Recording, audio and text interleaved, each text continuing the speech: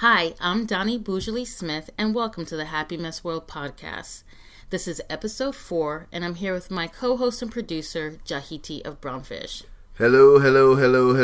How do you do? Thanks everybody for joining us. We're so excited to be here for our 4th week. We've had really great feedback, lots of laughs, and lots of suggestions. So we're actually going to jump in with a new thing where Jahiti is actually going to take the time to kind of walk you through what's been going on with him musically before we get into our week in social media. So Jaha, take it away. All right, thank you very much. Did you like my little song there? Yeah, I did. Can I be on the next album? Yeah, sure. Thanks. Yeah. Anyway, well, so what happened? What did you do? What was all good? right. So what was new? On Wednesday, I had an opportunity to meet up with Greenspan at Stinky Face Studios, working on a song. Greenspan has this song, and he asked me to be on it, so it was an honor to work on that, playing a little bit of guitar on there, and it's a really, really good song, and I'm really excited about being on there. Were you? Stinky Face Studio. Okay, Yeah, Brother Maurice, who, as you all may or may not know, produced quite a few songs on my latest project, Manifest, which you could get at jahitiworld.com. Bing, bing. Yeah, I really enjoyed Greenspan's last album, which is kind of odd for me because I'm not like a big hip-hop rap head, but I enjoyed it. And I actually, whenever I see Greenspan, I actually enjoy seeing him just because I think he's got just really like cool, like calm energy. I always just like seeing him. He's a good guy. Yeah, very, very good album. Very good album. And so later on that evening, myself and Geneva Suma got together, and we went down to Lexington Market, and we had a performance. It was the very first time I performed in Lexington Market, and it was very interesting. You know, that place, I've always had like a certain way I felt about that place, just being a market that's been around since 1780, whatever it is. You know, and the energy that may have passed through that market. But so yeah, I had a pretty good time, and then of course we had the fishbowl on Saturday. Yeah. So first of all, let me back up to Janaba because I love her. Shout out to Janaba. She has this like crazy talented son, but I mean he gets it honest because she is crazy talented herself, and I haven't hung out with her in a minute, but gosh, what a voice, what a personality, what style, what charm, what charisma. Like, I could just go on and on and on about her. So I'm going to put my pitch in for me and the people of making sure that somehow she ends up with a song on your next album as well, because I think she would certainly add just tons and tons and tons. But anyway. Hey, I don't think we have to push too hard for that. I know. I hear so, that. Yeah, that was my week. I had a great time. Fishbowl. Yeah. So, and the fishbowl, I already, well, I didn't go in detail. Talk about the fishbowl. So, fishbowl, you know, which is myself, you know, of course, Donnie, my wife, my sisters, they're helping out. Pudding has been a part of this whole thing. David and Chuck. David on bass, yeah. Chuck on percussion. Mouth percussions.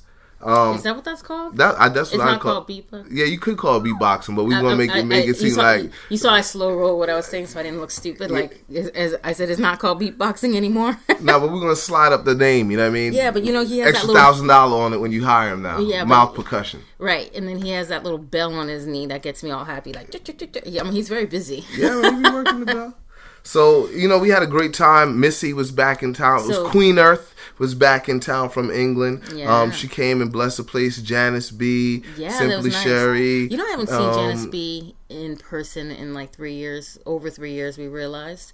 And it was just so good to see, you know, just people like you know and love. There were actually a lot of first timers at the fishbowl. Shout out to Papa Wabe for bringing like his entire family. Oh yeah, and the winner of the Jahiti World T-shirt was Papa Wabe, person to bring the most new people. So that was the week. It went well. Yeah. We had a great time. Play Hookah Room 4 West 21st Street. Check it out. Yeah. Cat owner operator. So let's move on to our social media side. Sure. Now. Listen, first of all, let me tell you, as the few people out there may know, I'm not a foodie. I mean, I could eat the same thing every single day. So a lot of the food stuff, I've acquired a palate living with, yeah. Don't tell lies on yourself, please. Listen, come on, you're gonna have to give me credit. All right. There's no way. Listen, that means you haven't been doing your job. Which one are you gonna say? I'm still eating the same way that I've been. All right, nah, dude, I've been on my job. all right. I won't say you've developed a palate. I would say that you've developed an interest and a tolerance for more heat in your food. So now, like, you know, you're constantly challenging me to kick it up a notch in terms of like the hot pepper and the spice and that kind of thing. But for the most part, you're still eating turkey. You're still eating some fish. You're still eating peanut butter and jelly sandwiches. So let me not go into what our life is like here food. Well, let me tell you this: all the fellas out there, especially those who are married now, and of course you were bachelors before you got married. You know what the diet is like. You listen. For me, I'd eat cereal every night. Oh my god! If I felt like it, turkey, meatballs. Well, we call it first date. We'll tell you about that some other time. But anywho, you know what I mean. So my diet has definitely. It's not about what I'm eating. It's about what I'm no longer eating. So I used to eat some pretty ridiculous stuff. Little Caesar crazy bread or whatever it's called. Probably. Ugh. You know what I mean. So anyway. This story about the olive oil. What's going on with olive oil? So, I thought it was supposed to be healthy for us, and we was doing the right thing. I know. They tricked us. That we've been tricked. So, you know, they always say that you should, cook with olive oil, get rid of the vegetable oil, all the fatty oils and things like that, and olive oil is better for you. It turns out that true to form and the American consumer market, unfortunately, we've been getting the big old fake out on the olive oil. So what they found is that they're taking olive oil, something that should be interesting and healthy. Well, not interesting, but something that should be good for you. And they're taking bad oil and mixing it with good olive oil in order to meet the production standards. So a lot of the standard olive oils that you use are actually contaminated. They're not the good olive oil as you think that you're paying for. Although I will give a shout out to Pompeian. Is that how you say it? Pompeian olive oil. Pompeian olive oil. And which is brewed right here in Highlandtown, right here in Baltimore. Shout out to Baltimore. But they actually have found to be the leading producer of the good olive oil here in North America. And so, just another really great thing to come out of Baltimore in terms of, this is Baltimore too. I mean, it's, kind of shout out to them. So anyway, read the article. It's on my Facebook, but there are very limited brands that actually are proven to be true to the olive. Yeah. So next story was something that I tagged you in. Okay, 4 people in the room. You got Shaka Zulu. You have Ragnar from Vikings. From Vikings. You have Spartacus, of course, from the show Spartacus, and you have what's the other guy name? Drago. Oh yeah, from Game of Thrones. So the question was to you: who would come out? Who wouldn't make it out the room? So in a 4-way battle, who would be the first to fall? And the first to fall. Right. And to piss you off, I said Shaka Zulu, and like everybody kind of had some big outrageous feeling about it, like why the African have to die first? You know what I mean? What happened to the black man? And it wasn't all that, except that you and I, my sister, my father, shout out to the Spicy Bird, have a history with this movie. You guys absolutely love this movie, and I did not get from the movie what you all got from the movie, and so I just said that to just be obnoxious, but people are like, no, your history. I mean, everybody has to make it, like, way dramatic, and first of all, mostly, it's like, some of these people were not even a real character. Drago is not real. Who knows if he'd be the first to fall or not? Well, listen. Let's bring it down a notch on this whole little thing here, and just say that it was just a hypothetical thing. That's all it was, right, based on just looking at the characters. And now, so, if you ask me who would be the first I would marry, who would be the first one that you would marry? I mean, if you want me to answer the question, I'm just saying, like, the way my mind works doesn't go to, like, who's the best fighter or who'd be the first to fall. It literally goes down to, like, who's the sexiest. Well, I'll be mindful not to include you in any more high testosterone questions. Because your estrogen is clearly... I'm focused on the wrong thing. Yeah. Shout out to Shaka Zulu. All right. So, moving on. This... and the next story is about what do you call the show again? Downton Abbey. Downton Abbey. And it's not downtown, it's Downton. So, listen, of course, I don't watch this show. Yes, you do. No, I watched one season because you caught me one season, but beyond that, I can't. You don't watch the show, but you don't walk out of the room or do anything. I don't walk out of the room on any of the shows. Primarily because we in the studio now. Right. But like I'm going to the kitchen. But this is season like 5, so you know enough about the show to be like, oh, such and such died. No, I know one season 2. What was the season where? Oh no, maybe I watched a little bit of the other season. Those shows, I only could watch like one season. After that, they're just like Luther. I only could watch one season of that. And that's because you're a hater. No, shout out to Itchy Elbows. That's funny. So listen, what are they saying about this incredible Downton Abbey show? Well, what's the title of the article? Silence. Come on, you're ruining my airways. What's the title of the show? What's the title of the article? Don't give me the kilowatt smile and show all 95 teeth. What's it? Shout out to everybody. Remember the episode of Martin when Gina came on the show and he just didn't say nothing. I didn't watch Martin like that, so I don't know what you're talking about. By the way, that noise in the background is Ja throwing Ming's chew stick to get her to stay quiet, so she's running back and forth. Anyway, so the name of the article is what? Where are we on this? I don't have it up, so that's kind of... Oh, wait. So the Dowager Countess will bid adieu to Downton Abbey. So that's what you were trying to avoid, having to say the word Dowager and adieu. Oh, shout out. So this is how you say the word, because this is our big debate. Dowager. So anyway, she's like the main character. Like, whether you like the show or not, everybody tunes in because she just has the best one-liners, the best zingers, the best side eye ever created on TV. She's just a lot of fun. She makes everybody tune in because of her. And so anyway, she's like old as hell, and the show's been going on supposedly since 1925, and I think they're into 1928 now. And so she was already like old as shit, frankly, when the show started 5 seasons ago. So they were saying that in season 6 that she's most likely to kick the bucket. And then she came back, and part of the post was that she came back to say, her manager really came back to say, oh, not so fast. The Countess will be around for a while. So shout out to the Dowager. Yeah.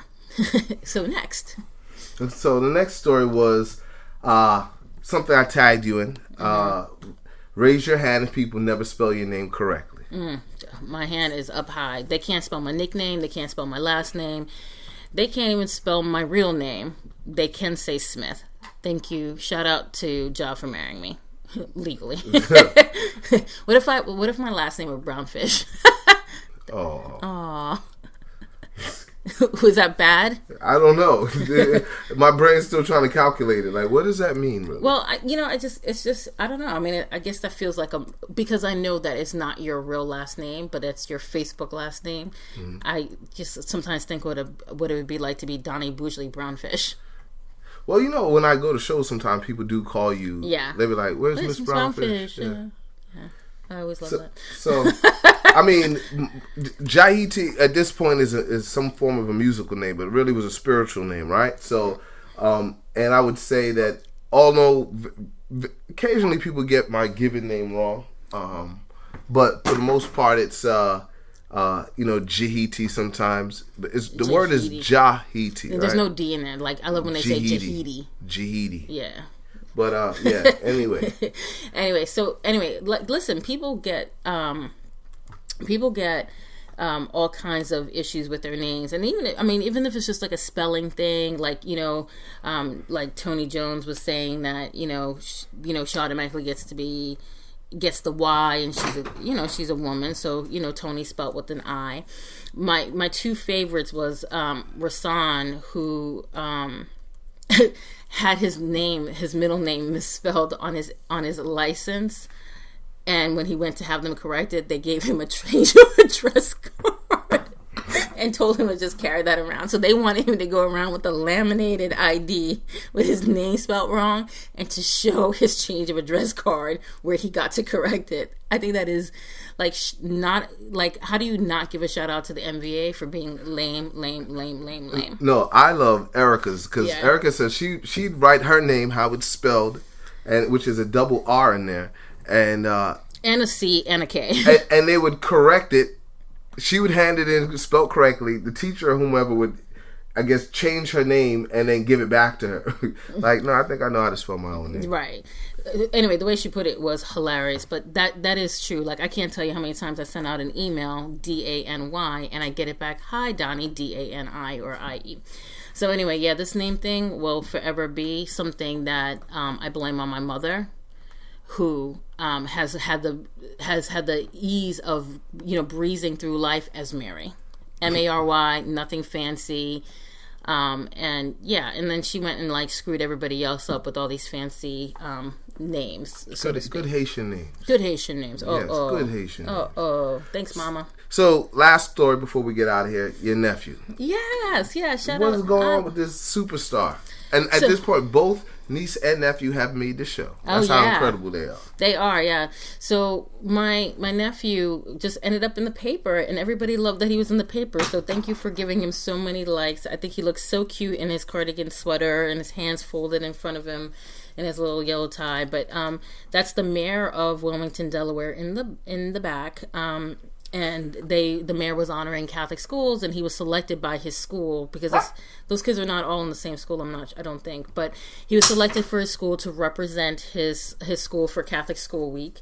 So shout out to Eddie, just because I think, I just think it's kind of really cool to make the paper. That was always sort of fun, right? No, he looks like the mayor. He looks like the guy from 227 who was the preacher that was married to the daughter, right? That's not him, right? No, it's not. No, unless that's his new career, because that show's been out there for a while. Hey, well, some actors do go into life of politics. But I just want to say for the record that, Eddie gets a lot of mentions because of, his book smarts and his amazing straight A's and skipping grades, although they both skip grades. But I just really want to say hello to, and just shout out his amazing, beautiful spirit. He's just a good person, and I really respect him for he does the right things done right, and he's nice and giving and generous, and I love my Ochi Bochi baby. He probably didn't want that part. That me to mention that his nickname is Ochi Bochi baby. Yeah. Whatever. All right. So he loves it. All right, so anyway, so that's it. It was a quick week. We had a great week in music, which I really love. Anytime it's a week of the Fishbowl, you gotta love that. But anyway, thank you so much for hanging out with us, spending time with us, giving us a listen, sharing, liking, subscribing, friending, whatever you can do with this podcast. But we appreciate each and every thing that you do for us. And we will see you next week for episode 5. So please feel free to send all types of feedback, comments, suggestions. We're listening. We appreciate it. And we'll see you next week. Thanks. See you later.